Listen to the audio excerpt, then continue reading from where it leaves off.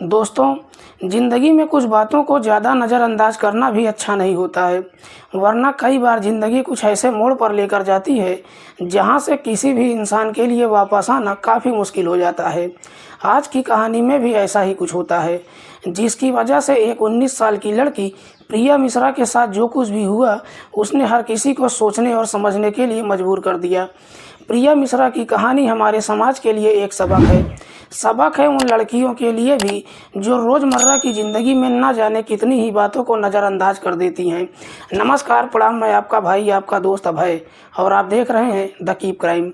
दोस्तों, आज की कहानी के दो प्रमुख किरदार हैं। पहला है 19 साल की लड़की प्रिया मिश्रा जो कि सैफई मेडिकल कॉलेज में एएनएम की छात्रा होती है, और दूसरा व्यक्ति है महेंद्र बाथम जो कि प्रिया का पड़ोसी होता है और वो टैक्सी ड्राइवर होता है।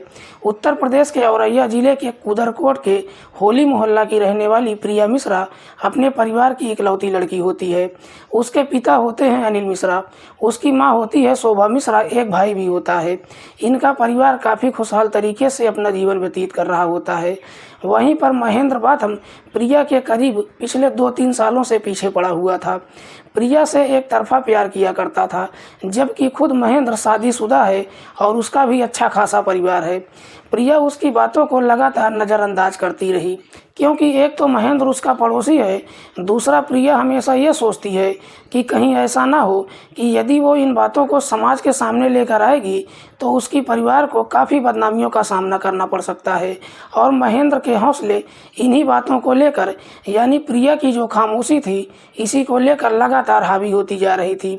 और उससे इस बात का अंदाज़ा लगाया जा सकता है कि जब प्रिया पढ़ाई करने के लिए सैफई मेडिकल कॉलेज चली जाती है तो उसके बाद भी महेंद्र उसका पीछा नहीं छोड़ता है।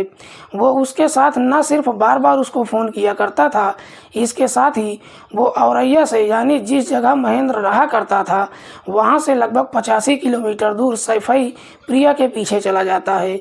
एक दिन प्रिया के साथ ऐसा हो जाता है जो किसी ने सोचा भी नहीं था। दरअसल सैफई मेडिकल कॉलेज के गर्ल्स हॉस्टल की तीसरी मंजिल पर प्रिया रहा करती थी। 14 मार्च 2024 को प्रिया कहीं लापता हो जाती है। जब प्रिया लापता हो जाती है तो इसकी सूचना जब शाम हो चुकी होती है तो वार्डन के द्वारा इस बात की जानकारी औरैया में उसके माता पिता को दी जाती है। सूचना मिलने पर प्रिया के माता पिता भी औरैया से सैफई आ जाते हैं और अपनी बेटी की खोजबीन करने की कोशिश करने लगते हैं। इसी बीच में पुलिस में शिकायत भी दर्ज करवा दी जाती है और पुलिस भी प्रिया की खोजबीन करना शुरू कर देती है, लेकिन प्रिया के बारे में कोई जानकारी नहीं मिलती है। यह जरूर मालूम चलता है कि प्रिया के पास किसी का फ़ोन आया था और उस फ़ोन के आने के बाद प्रिया कॉलेज से बाहर चली गई। प्रिया की खोजबीन शुरू हो जाती है, लेकिन इसी बीच इटावा के मैनपुरी 4 लाइन हाईवे पर सड़क के किनारे प्रिया की लाश पड़ी हुई पाई जाती है। प्रिया के गले पर निशान होता है और प्रिया इस दुनिया को छोड़कर जा चुकी थी। ये खबर प्रिया के माता पिता के लिए तो बड़ा सदमा होता ही है, इसी के साथ साथ सैफई मेडिकल कॉलेज की छात्राएं भी बाहर निकल जाती हैं और इस मामले को लेकर धरना प्रदर्शन करना शुरू कर देती हैं। वे सभी इस बात की मांग करती हैं कि प्रिया के मामले का न सिर्फ जल्द से जल्द खुलासा किया जाए, बल्कि ये भी मालूम चले कि आखिरकार उसके साथ ऐसा किया किसने है। किसी तरह से छात्राओं को मनाया जाता है। पुलिस इस मामले की जांच पड़ताल करना शुरू कर देती है। सीसीटीवी कैमरे को खंगाला जाता है, मोबाइल की कॉल डिटेल निकाली जाती है और ये मालूम किया जाता है कि आखिर वो व्यक्ति कौन था जिसके साथ प्रिया गई थी। सबसे बड़ा सवाल ये भी था कि प्रिया के साथ ऐसा क्यों हुआ। आखिरकार वो कौन से हालात थे कि प्रिया को हमेशा के लिए रास्ते से हटा दिया गया। प्रिया के माता पिता अपने ही पड़ोस में रहने वाले महेंद्र बाथम, उसके भाई अरविंद और उसके चाचा राम प्रकाश के खिलाफ मुकदमा दर्ज करवा देते हैं। इसके बाद पुलिस आरोपियों की तलाश करना शुरू कर देती है। इटावा और औरैया पुलिस का ज्वाइंट ऑपरेशन होता है।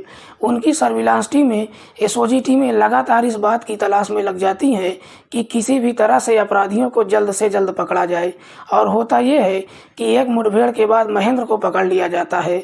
महेंद्र से जब पूछताछ की जाती है तो एक ऐसी सनसनीखेज खुलासा होता है जिसके बारे में किसी ने सोचा भी नहीं था। दरअसल जो कुछ भी सामने आया उसके अनुसार महेंद्र प्रिया को लगातार परेशान करता था। प्रिया उससे पीछा छुड़ाना चाहती थी और प्रिया ने इस बारे में अपने घर वालों से भी बताया करती थी, लेकिन महेंद्र उसका पीछा छोड़ने के लिए तैयार नहीं होता था। प्रिया बार बार महेंद्र से इस बात की गुजारिश करती है, वो बार बार उससे रिक्वेस्ट करती है कि वो उसकी पढ़ाई करने दे, ना कि उसके पीछे इस तरह से लगा जाए। लेकिन महेंद्र उसकी कोई बात मानने के लिए तैयार ही नहीं होता है। प्रिया ये समझ नहीं पा रही थी कि ऐसे इंसान के साथ आखिर वो किस तरह से पेश आए, किस तरह से उससे पीछा छुड़ाया जाए। वो खुद नहीं समझ पा रही थी। महेंद्र बार बार उसको फ़ोन किया करता था।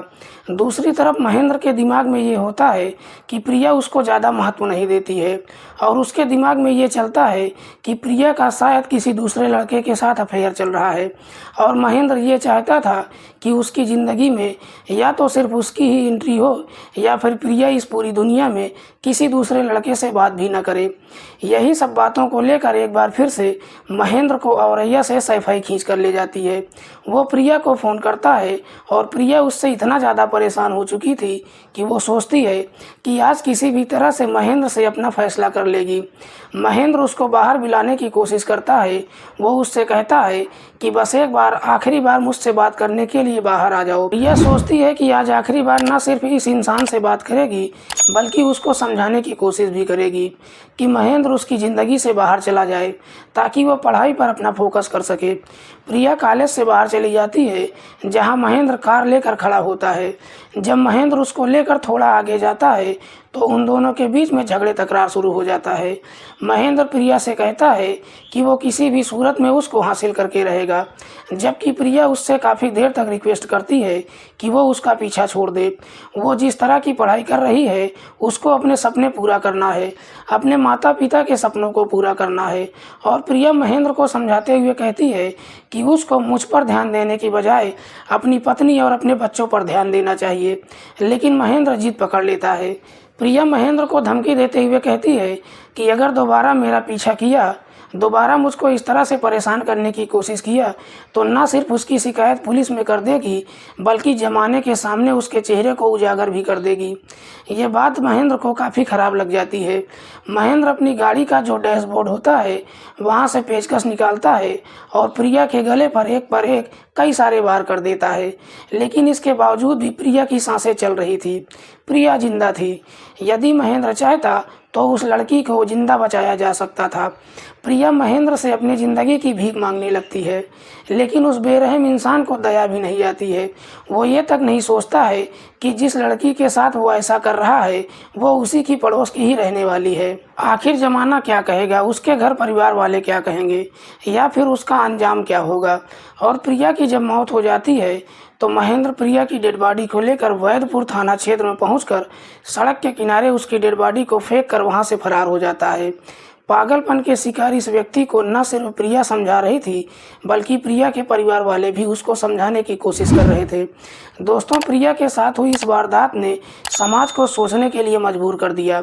लोग इस बात पर सबसे ज़्यादा हैरान हैं कि उसके ही पड़ोस के रहने वाले एक व्यक्ति ने प्रिया के साथ इतनी दर्दनाक वारदात को अंजाम दे दिया। महेंद्र की लगातार की जा रही इन्हीं हरकतों ने प्रिया के घर वालों को जो दर्द दिया है, उसकी भरपाई तो कभी नहीं होगी। लेकिन लोग ज़रूर ये चाहते हैं कि महेंद्र जैसे व्यक्ति को बड़े से बड़ा सबक सिखाया जाना चाहिए, और इस मामले में प्रिया को जल्द से जल्द न्याय भी मिलना चाहिए, और न्याय भी कुछ ऐसा हो कि हमारे समाज में एक नज़ीर बन जाए। दूसरी तरफ महेंद्र का परिवार भी आबाद नहीं है। प्रिया के मुकदमे में उसके घर के 2 लोग भी नामजद हैं, जबकि अन्य लोग घर में ताला लगाकर फरार हो चुके हैं। वहीं एक बड़ा सच ये भी है कि यदि प्रिया ने समय रहते हुए महेंद्र के खिलाफ कोई सख्त कदम उठा लिया होता, तो शायद प्रिया आज अपने घर वालों के बीच जिंदा होती। फिलहाल पुलिस ने महेंद्र को अपनी हिरासत में लेकर उस पर गंभीर धाराओं में मुकदमा दर्ज करके जेल भेज दिया है। दोस्तों, आज की कहानी सुनाने का उद्देश्य किसी को परेशान करना नहीं है, किसी की भावनाओं को आहत करना नहीं है। हमारा उद्देश्य समाज में हो रहे अपराध के प्रति आपको जागरूक करना है। मिलते हैं किसी और सच्ची कहानी के साथ, तब तक के लिए नमस्कार। जय हिंद।